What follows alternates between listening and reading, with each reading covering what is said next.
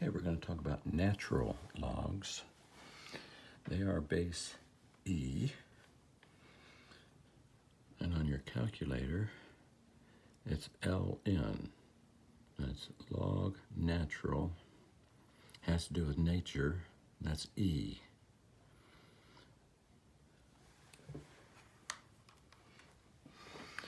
So if we write log base E of 5, we could calculate that. I'm going to hit this log button up here, and the base is E. To get E, I have to use this E down here at the bottom. So I got to go Shift E, and then 5, and the answer is 1.4. But that's the hard way to do it. Anytime it's base E, we have a special button you can use called LN. Base 5, and you get 1.6. Oh, I put pi in the first time. Sorry about that. Anytime you use natural log, you use LN. So instead of writing it this way, you can write it that way, but you can just abbreviate it down to LN5. That means log base E of 5. You don't have to write the E, but you can if you want to. But you always should use LN instead of LOG. So these are natural logs.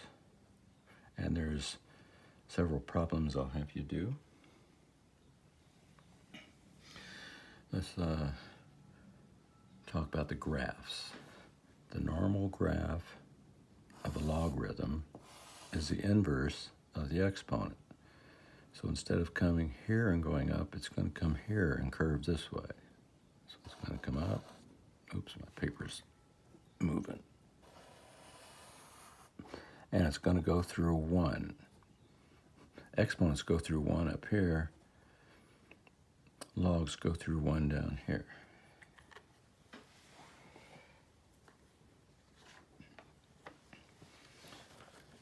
All right, to practice on your calculator, I want you to do some natural log problems. Numbers 45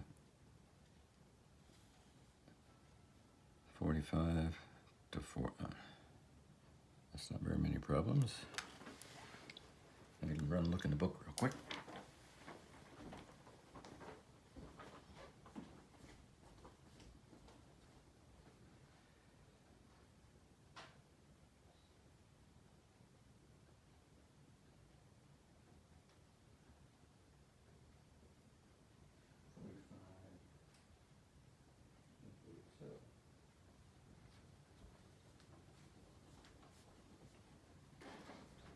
That's 45 and 47, but they have a couple of parts.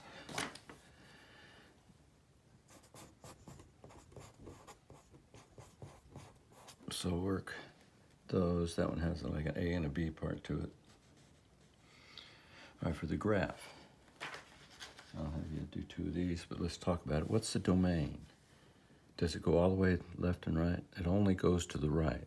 So the domain is 0 to infinity. And the range, it goes down forever and it goes up forever, so the range is all real numbers. Now what happens if we shift it? How can we shift it? Log, let's say base 3 of x, and let's put a plus 2 out here.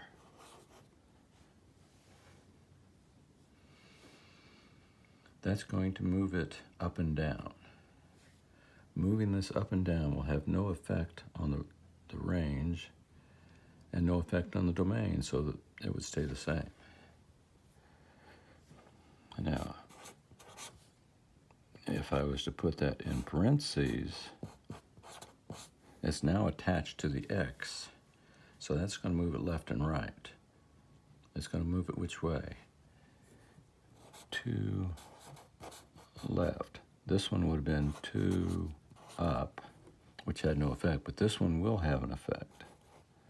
Instead of being 0 to infinity, it's been moved to the left, so its domain is -2 to infinity, and the range stayed all real. All right, there's two problems, 63 and 67. Just do a sketch of the graph. Like for this one, I would move it 2 to the left.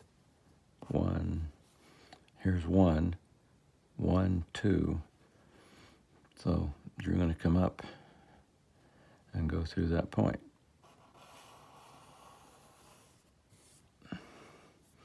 And you're getting closer to -2. And then use words, and then tell me the domain range. And that's it for lesson number 3. Again, you can work these two problems and come back tomorrow and work them again.